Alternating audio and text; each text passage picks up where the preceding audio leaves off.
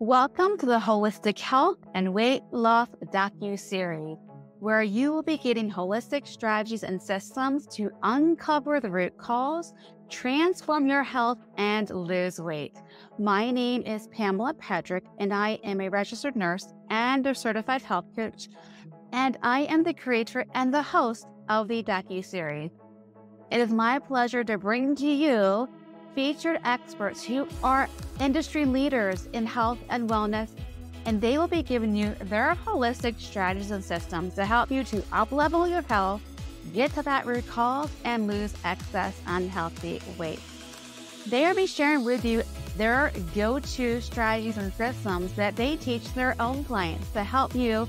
We can dive deeper with each of the featured experts via the free gifts that they are offering to all of the participants. If you are ready, let's get started. Hi, everyone. Welcome to this talk all about shifting gears for weight loss in your 30s, 40s, and beyond. If you've ever had the thought, man, the things that I used to do for myself, the diets, the workouts, they just don't work the same way anymore, then this talk is for you. Let's jump into what's happening with your hormones, with your metabolism as a natural occurrence through the lifespan. Here's a hint, it starts as early as your mid 30s and help you figure out the new routines, the new norm for you to reach your weight loss goals, feel more energized, and just feel more comfortable in your own skin. So, who am I? My name is Dr. Laura DeCesaris. I'm a functional medicine doctor. I serve as a health and performance strategist for entrepreneurs and female founders. I'm a speaker, I'm an entrepreneur myself, and I help women just like you get to better understand their bodies and their minds so that you're not feeling frustrated and questioning, what you need to do to take care of yourself so that you better understand your body and your hormones and just save all that time of worrying about it and wondering what the heck you should be doing. So, let's start by just talking about what's changing once you start to hit your 30s and your 40s and beyond as a woman.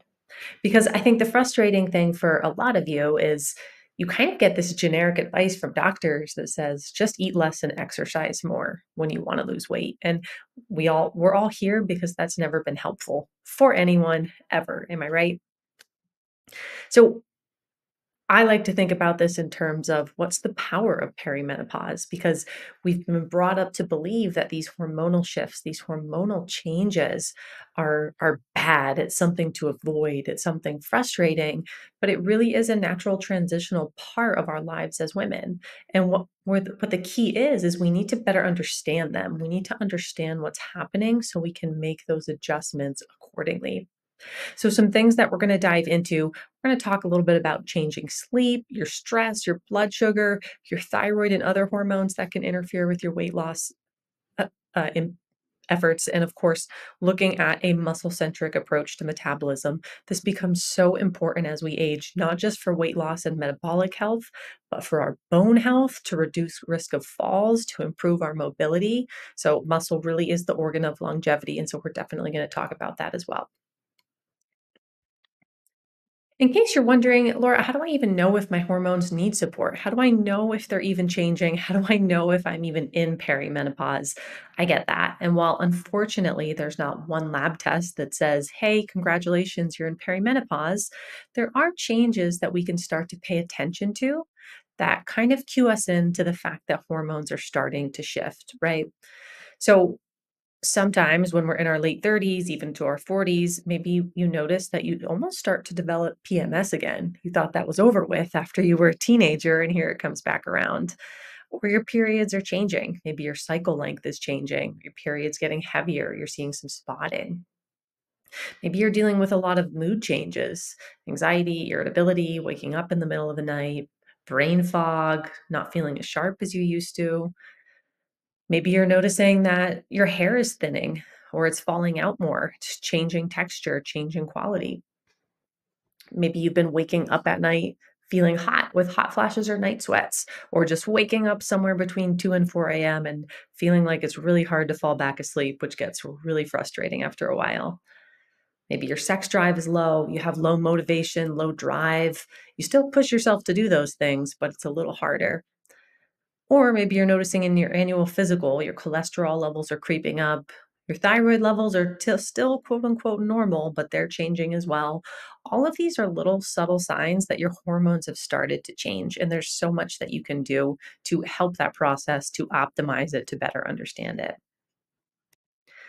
If you're more of a visual learner, I want you to take a look at this graph and I want you to focus right on that 35 to 50 range. So, in case you couldn't tell just by looking at it, there's some major shifts happening here, right? Our progesterone starts taking a nosedive, our melatonin starts getting impacted in our 40s and beyond. Estrogen kind of goes all over the place as it ultimately declines.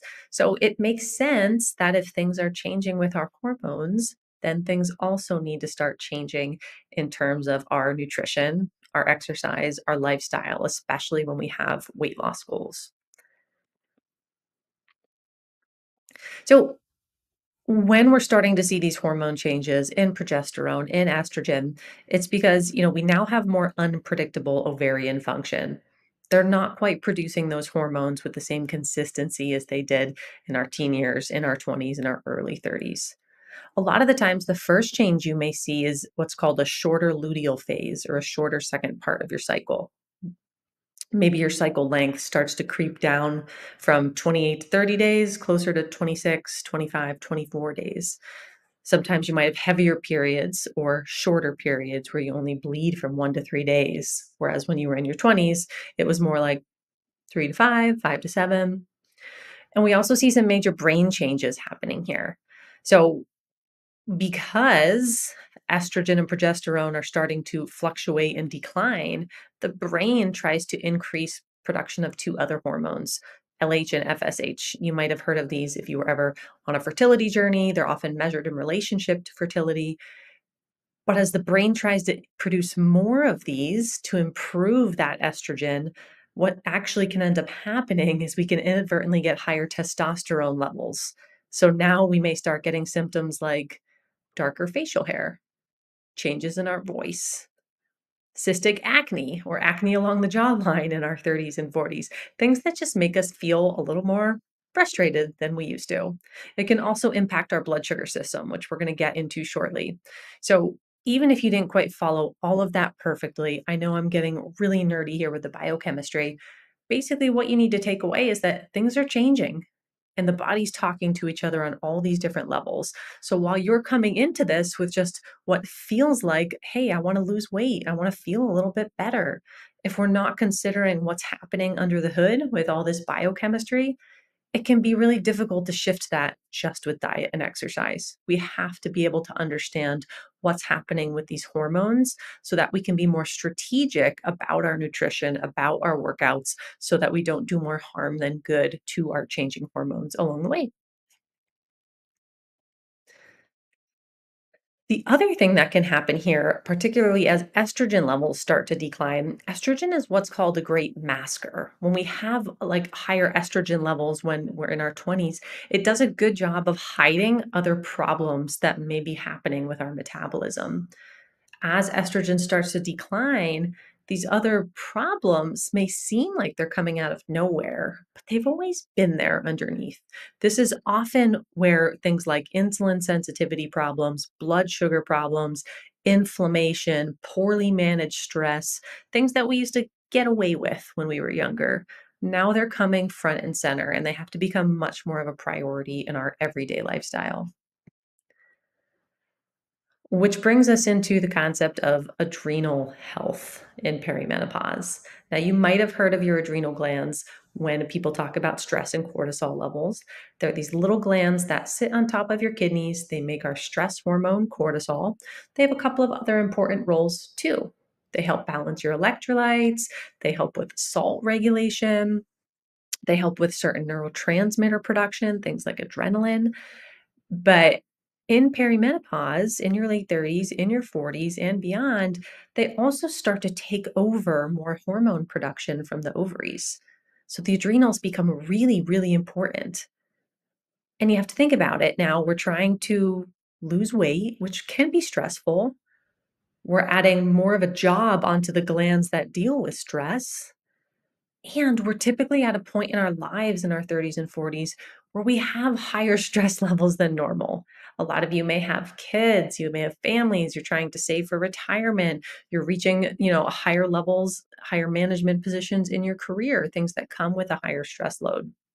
So as part of any weight loss journey for women in perimenopause, stress management and being able to bring the body out of the high stress state becomes of paramount importance. And where this is really relevant is when we're talking about our exercise program. Because if we're talking about someone who has a lot of external stress due to their job, due to their home life, we're seeing these hormonal changes happen biochemically where the adrenals now have a higher load on them. And then we're adding in these intense workouts every day. We're doing, hour-long intense cardio classes, high intensity interval training day in and day out. It's just too much of a stress load.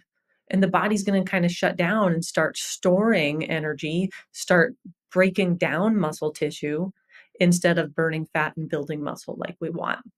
So, in relationship to how we program our exercises, thinking about the adrenals, thinking about this relationship is really important. So, now that we have a background of what's happening with all these different hormone systems, where the heck do we start? Well, I'm actually going to ask you to start somewhere that you might not have considered, and that's really with your mindset. So let's think about a couple of pieces of any sustainable holistic weight loss plan, right? First, what are our daily habits that we have to implement versus our long term goals? We're going to talk about the journey not always being a linear straight shot. So, always a little frustrating if you hit a plateau, you feel like you backtracked. That's normal, it's part of the process. And also things like setting your why for this journey. What's driving you to want to lose weight? So when we start with these mindset pieces, your habits, these are the little things that you're doing day in and day out to help you reach your goal. So having a goal of weight loss, that's great. Good for you. I'm so proud of you. But what is that goal, right? Is it just because you want to hit a number on the scale that you used to hit? Or is it that you want more energy? You want to be able to run around with your kids or eventually your grandkids, right? You want to feel more confident in your own skin. You want to be able to continue participating in your sport, be strong and healthy.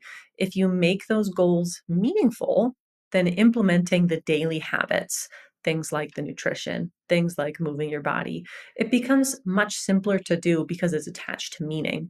And a number on the scale is just not that meaningful, especially if we're trying to build muscle along the way. If at some point on your weight loss journey you hit a little bit of a plateau, maybe the progress is stalling, you feel like things aren't quite going the way you want anymore, I would encourage you to, instead of beating yourselves up about it, approach those with curiosity. So, why did this happen? What has happened? Is it that you fell a little off track with your nutrition because you had an emotionally stressful week and kind of ate things that you knew you shouldn't have? Was it a fun celebration that you can just move on and move past? Each day is a new day and it's progress over perfection. But if we approach these kind of setbacks or plateaus with that lens of curiosity, we kind of get off that guilt cycle that so many of us tend to get stuck on in our heads and which end us, and leave us on this track where every Monday we're starting over again. We do well until Friday, and then on Friday we quote unquote fall off the wagon. I would much rather have you be able to pick yourself up the next day and just start fresh rather than make yourself feel poorly if there's a minor setback, a minor plateau. The best way to do that, this graphic shows it right here. Never miss twice. If you have a day off from your nutrition, a day off from your workouts, a day off from a part of your plan, make sure you don't miss it 2 days in a row. This is how you'll be able to keep momentum, even if one day things are a little bit off, right? You're only human.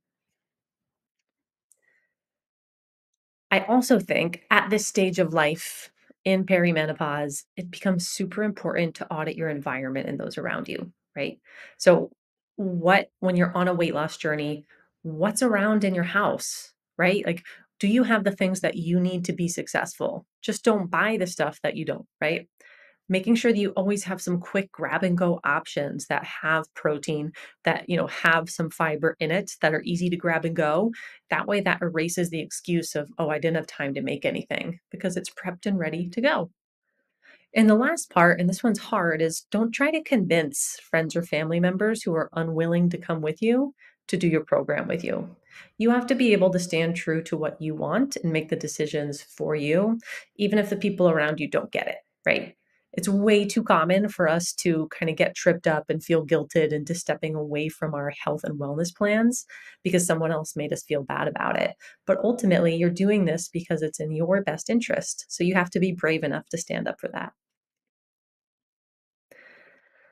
Okay, now that we have our mindset shifted a little bit, let's talk about some nutritional strategies around fat loss during perimenopause. Then we'll wrap it up in a big bow with some hormone strategies, and you'll be all ready to get started.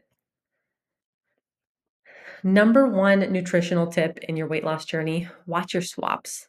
Something that I see happening a lot with my perimenopause clients is I'll see women swapping out unhealthy foods with quote unquote healthier versions. Swap the bread for gluten-free bread, swap the corn chips for blue corn chips. Ultimately, I think this leads to some unhealthy behaviors mentally, where we're always looking for a healthy version of things, but also, a chip is still a chip, bread is still bread. So have the one that suits you best versus feeling stressed into always choosing this healthier option. What I would suggest doing is 80% of the time, focus on real whole foods that make you feel good. We're talking lean quality meats, fish, poultry, fruits and vegetables, healthy fats, things like avocados and olive oil. 80% of the time, we stick with that. And then you can sprinkle your favorites in the 20% of the time. That way, you're not going to feel deprived. It's not going to lead you into any binging behavior because you know it's always there and there's a place for it. But most of the time, we're sticking with real whole foods. What I don't want you to do is ending up eating a diet full of healthy processed foods that just have really good marketing. And the reason that I say this is if we focus on eating whole, real foods, like I said, the meats, the fish, the fruits, the veggies, we can leverage something that's called the protein leverage hypothesis. And what this hypothesis says is that if you do not eat enough protein during the day, if we're focusing on diet foods that are a bunch of, food chemicals and don't have actual macronutrients in them, proteins and fats and carbs, if we don't hit the protein goals, your body is actually going to continue to send you hunger cues until it gets those protein needs met.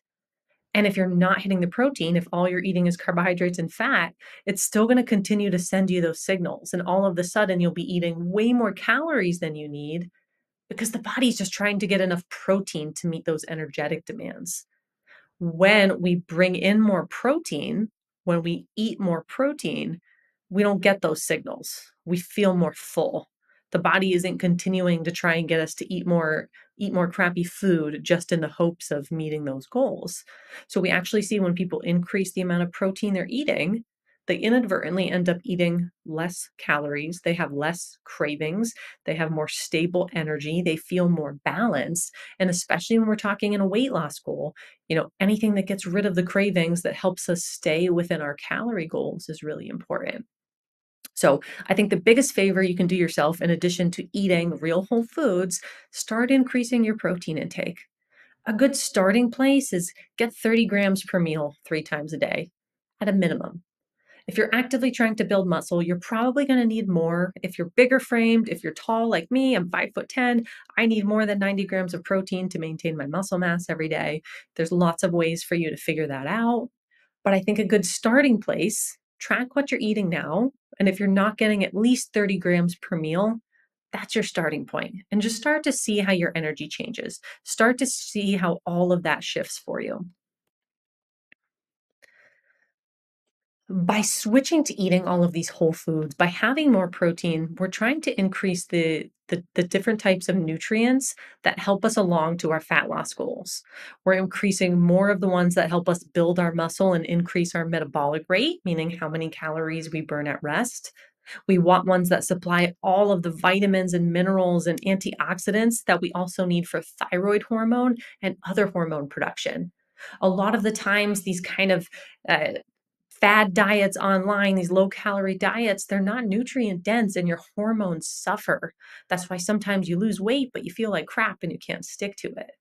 By getting in more of these whole foods, we get around that problem because your hormones stay happy. They have all of the things they need. They have the zinc, the magnesium, all of these important vitamins and minerals. And again, just to keep reiterating this, because I really want you to take away the importance of this in the conversation.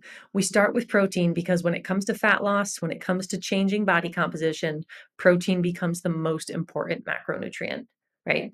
It's what helps us lose fat, maintain our muscle, keep our blood sugar balance, and even helps offset the aging process. So, really, really important to hit those protein goals.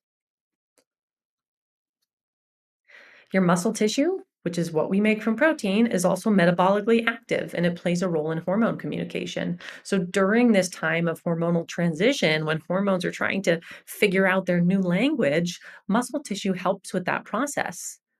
It helps being able to communicate, it helps with keeping inflammation at bay. So, we don't want to sacrifice that in our weight loss journey. So, all that being said, here's the reality. You do need a bit of a calorie deficit to lose weight. You can't be eating way more calories than you actually need and expect to lose weight. So, while I'm not the biggest fan of counting calories, of tracking calories, the reason that I harp so much on protein intake is that protein actually has what's called a thermogenic effect, meaning roughly 20 to 25% of the calories you eat from protein are immediately used to help you digest it. You actually burn some calories just digesting the protein. So it makes it very simple for you to stay in that calorie deficit even without counting calories because you are burning a little bit more than if you were just eating a high carb or a high fat diet without adequate protein. Now, this is another important topic I think about because I understand that many of you who are in your 30s and 40s, you might be busy and you might be on the go from the time you wake up. And we talk a lot about meal timing. People say, okay, I want to intermittent fast and skip breakfast, or, I have to eat within an hour of my workout. And it gets really confusing, right? But the reality is the number of meals you have per day can be used to determine how to get your protein in. That thermogenic effect of protein I just talked about is actually highest earlier in the day. So, actually having breakfast in the morning, even if it's not as soon as you wake up, but at some point in the morning, even if you're doing a fasting window, having a high protein meal as your first meal of the day is really valuable for that thermogenic effect, for the blood sugar effect. So, I always try and make sure meal one in the morning at some point, can we get 30 to 40 grams of protein? And it's probably a lot easier than you think it is. If you need recipe ideas, feel free to reach out to me. I have a high protein recipe book, makes it really, really simple to do, right? Um, After that, you can just split your remaining protein into two other meals, right? When people ask about, do I have to eat right after my workout? This might be more of a question familiar to you if you've been in the fitness world.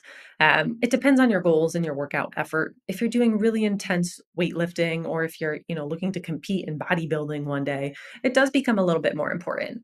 I think your workouts generally tend to be better when they're not fasted as women. You can push yourself a little harder, you can get more benefits. So I think it's really important for us to stop being afraid to eat around our workouts. Um, you're not going to, it just makes it much easier for you to actually get the benefit of the workout if you have something in your belly, if you have some nutrients to actually do. So, in addition to helping with your workouts, getting that protein in earlier in the day, it helps also reduce cravings throughout the day. So, how many of you might have started off strong? You do your fasting workout, you're busy, you're going to work, you have a healthy lunch, and then dinner rolls around and you're like, I need to eat everything in the fridge right now. Well, this is kind of because there's been hormonal havoc going on all day long, right? So when we have this high protein meal early in the day, it helps offset some of these hormone changes that are happening in your body in your 30s and 40s, right? Helps also reduce sugar cravings, helps keep that blood sugar nice and happy and balanced, which remember that insulin sensitivity is changing in perimenopause. Body has a harder time keeping blood sugar balanced. But if we have this high protein meal earlier in the day, it helps immensely with that. I will say also, if you're listening to this and you have a lot of weight you want to lose, you have a lot of excess body fat or not the greatest metabolic health, meaning maybe you're someone who knows you're struggling with diabetes, with insulin resistance, with high cholesterol, hitting this 30 to even 50 grams of protein in your first meal is going to help with that immensely. I will say one caveat here is ease into it. If you have barely been eating any protein and you immediately try and go eat 40 grams of protein at a meal, it might feel like it's sitting in your stomach like a hunk of lead. So you may need to do some optimization of your digestion. You may need to take some digestive support, ease into it, but it's going to be massively beneficial for your metabolic health and your energy levels. Okay, so let's circle back to what we were talking about with those hormonal shifts I mentioned earlier. Now we kind of know, okay, let's look at the mindset. My hormones are changing. Here's some things I need to think about with my nutrition. But let's talk about what to actually do to support those hormonal changes, especially if you're someone who's struggling with some of those symptoms we mentioned, period changes, anxiety, sleep changes. Let's jump into it.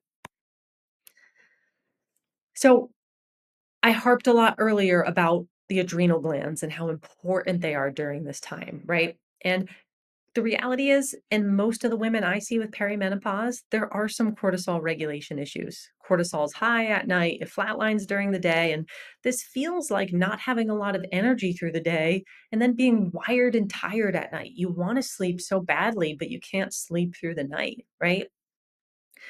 On the tails of that stress often comes low progesterone first.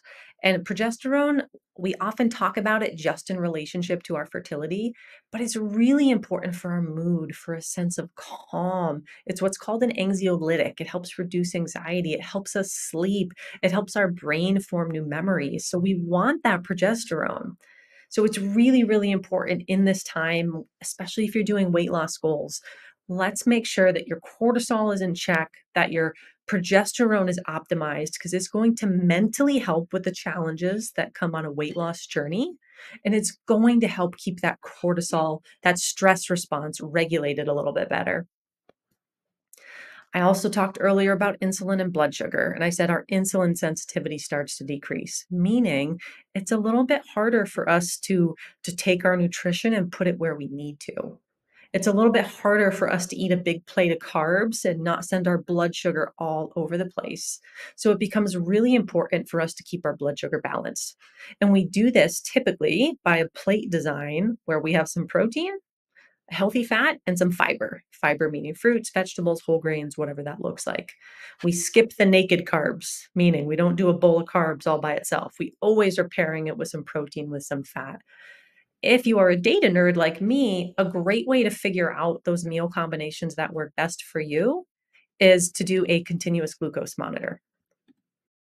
Continuous glucose monitor is a little wearable device that you put right on your arm, and it lets you see what's happening with your blood sugar in real time. So that way, instead of asking, what diet do I eat? What do I need to do for me? You can actually figure that out in real time because you will see how your body responds to the meals you're eating, to your workouts, and there's a very simple goal, which is we want that blood sugar to kind of just be flat or slow rolling throughout the day. We don't want it jumping up and down all over the place. So that's what really lets you personalize a lot of these approaches to your unique needs. If our blood sugar is not balanced, that's also a really common reason that women wake up in the middle of the night in our 30s and 40s. And we really need sleep if we're trying to lose weight. It's really important. It's where rest and recovery happens for our muscles. It helps us mentally. So you can see all of these things tie together. So if we're not thinking about the hormonal changes, it's no wonder that we feel like we're not getting anywhere with just a generic diet and exercise plan. So again, what do we focus on? We focus on building muscle, right? We're strength training. We can still, like cardiovascular exercise is still important, right? It's great for our mental health. It's great for our heart health, but we don't need to be doing hour-long boot camp classes every day. Maybe we're doing primarily strength training with cardio sprinkled in. We're doing zone two cardio, things like hiking, walking at a fast pace, and then some actual high intensity interval training once or twice a week. Sprints, a 10-minute HIIT workout. We're just not doing that every day for 90 minutes. It's the chronic high intensity cardio that is not really helpful for a weight loss journey in perimenopause. I also want to remind you, do not fall into the trap of drastically cutting your calories, removing entire food groups. It's really difficult for women to do things like low carb long term because of our hormones. So, especially at this time with changing hormones, if you're someone who has tried a keto diet, you've tried fasting, you feel good for a little bit and then you don't, remember these are tools, not lifestyles. So, you might want to cycle in and out of them. And if you're actively trying to build muscle in the gym, you're going to have to be eating food for parts of that to make sure you can actually build it.